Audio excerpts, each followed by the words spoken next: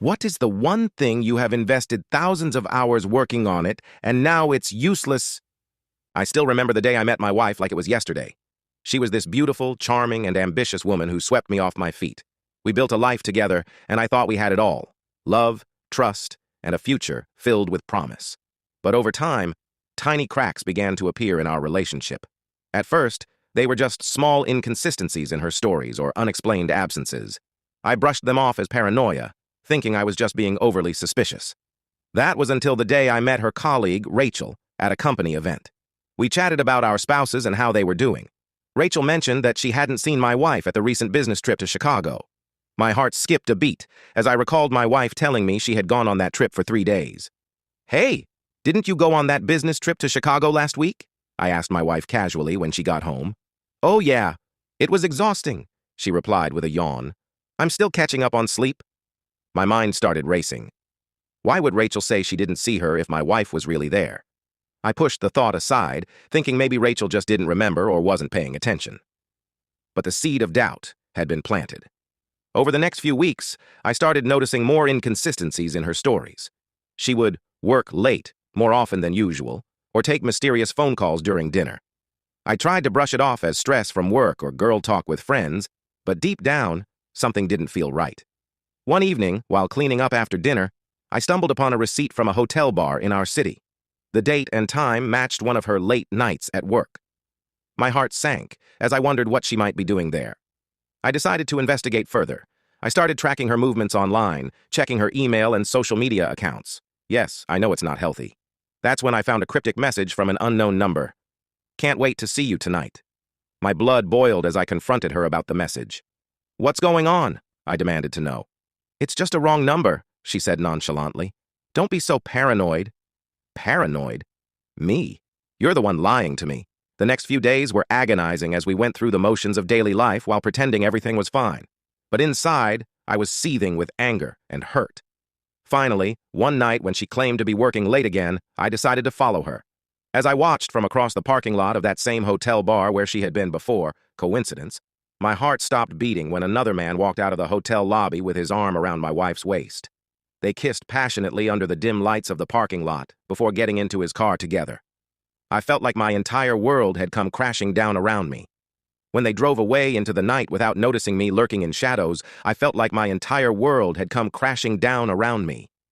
I waited for what felt like an eternity for her to return home. When she finally walked through the door, I was seething with rage and hurt. "Where were you?" I demanded, trying to keep my voice from shaking. "I told you, I was working late," she replied, her eyes avoiding mine. "Don't lie to me," I exploded. "I saw you with him at the hotel bar. I saw you kissing him." She took a step back, a look of shock on her face. "How did you... You're being paranoid again." "Paranoid?" I laughed bitterly. "You're the one who's been lying to me for God knows how long. You're the one who's been cheating on me." She sighed, rolling her eyes. "You're overreacting. It was just a harmless flirtation." "A harmless flirtation?" My anger turned into disgust. "You've been lying to me for years and now you're telling me it's just a harmless flirtation?" The argument escalated until we were both screaming at each other. But deep down, I knew it was over. The trust was broken and our relationship was beyond repair. In the days that followed, she continued to gaslight me, telling me that I was being too sensitive or that I didn't understand what really happened. But I knew what I saw.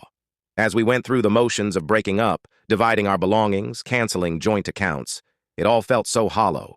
Thousands of hours wasted on someone who didn't even care about me enough to be honest. As I looked around our empty apartment for the last time, tears streaming down my face, all I could think was, what did it all mean? Was everything we shared just a lie? The pain still lingers today, but at least now I know the truth. My wife's lies destroyed our marriage from the inside out. As I walked out of our apartment for the last time, the weight of my wife's betrayal crushed me. Every step felt like a mile, every breath a struggle. The world around me was a blur, a haze of anger, sadness, and confusion. In the days that followed, I became a shell of my former self. I stopped showing up to work, stopped answering calls from friends and family, stopped taking care of myself. All I could do was replay the memories of our relationship in my head, wondering how I could have been so blind. I would drive by her office building at night, hoping to catch a glimpse of her with her lover. I would scroll through her social media profiles, analyzing every post and comment for signs of guilt or remorse. But there was nothing. just fake smiles and pretentious updates about her amazing life. My thoughts were consumed by hatred and anger towards her. How could she do this to me? How could she lie to me for so long? The more I thought about it, the more I realized that our entire relationship was a facade. Every romantic dinner, every vacation, every I love you, all just a carefully crafted web of deceit. I started questioning my own sanity. Was I really that stupid? Did I really believe she loved me? The self-doubt ate away at me like cancer. One night, as I sat alone in my dark apartment, surrounded by empty beer bottles and takeout containers, I hit rock bottom. I realized that I had lost myself in our relationship, lost my identity, my confidence, my sense of self-worth. In that moment of desperation, something inside me snapped. I knew I had to take back control of my life. With newfound determination, I started small. I began going for walks around the block during the day, instead of wallowing in bed. I started cooking simple meals, instead of relying on takeout. And slowly but surely, I started rebuilding myself from the ashes. It wasn't easy. Far from it. There were still nights when tears streamed down my face as memories flooded back. But with each passing day, I grew stronger. I realized that her betrayal was not a reflection of my worth as a person. It was a reflection of hers. As the fog began to clear from my mind, one thing became crystal clear.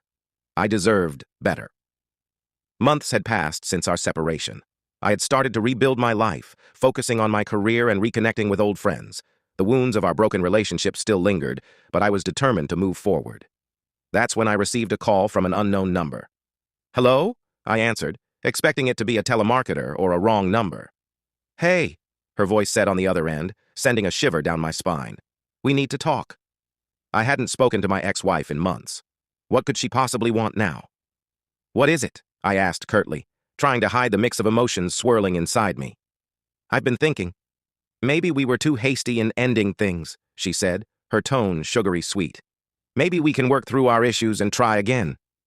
My jaw dropped. Was she serious?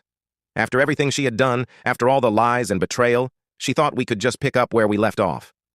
"You've got to be kidding me," I said, trying to keep my anger in check. "You cheated on me for years, lied to me constantly, and now you want to work through our issues?"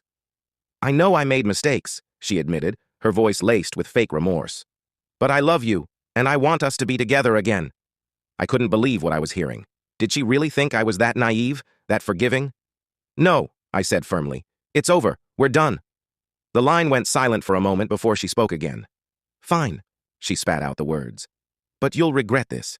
You'll regret not giving us another chance." After her initial attempt to reconcile failed, my ex-wife became increasingly desperate. She knew she had lost control over me, and it was eating away at her. She started by sending me sentimental messages, claiming she was sorry for everything and that she still loved me. She would attach old photos of us, taken during happier times, trying to evoke feelings of nostalgia and guilt.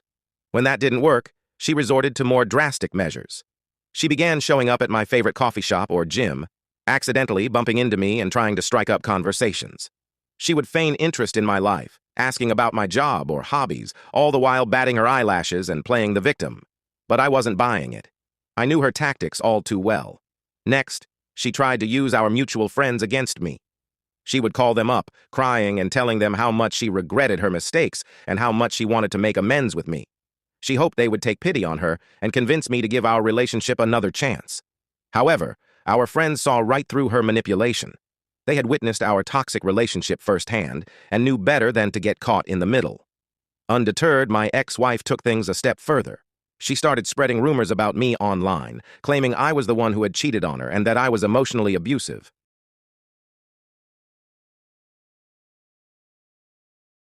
She even went so far as to create fake social media profiles in my name, posting inflammatory messages that made it seem like I was harassing her. But I had anticipated this move. I had already set up alerts for any suspicious activity online and quickly reported the fake profiles. As the weeks went by, my ex-wife's attempts became more and more pathetic. She would show up at my doorstep uninvited, begging for forgiveness and promising to change. She even offered to go to couples therapy with me, a laughable suggestion considering our history. With each failed attempt, I could sense her desperation growing. She was losing control, and it terrified her. I remained firm in my decision to move on with my life. I deserved better, and I knew it.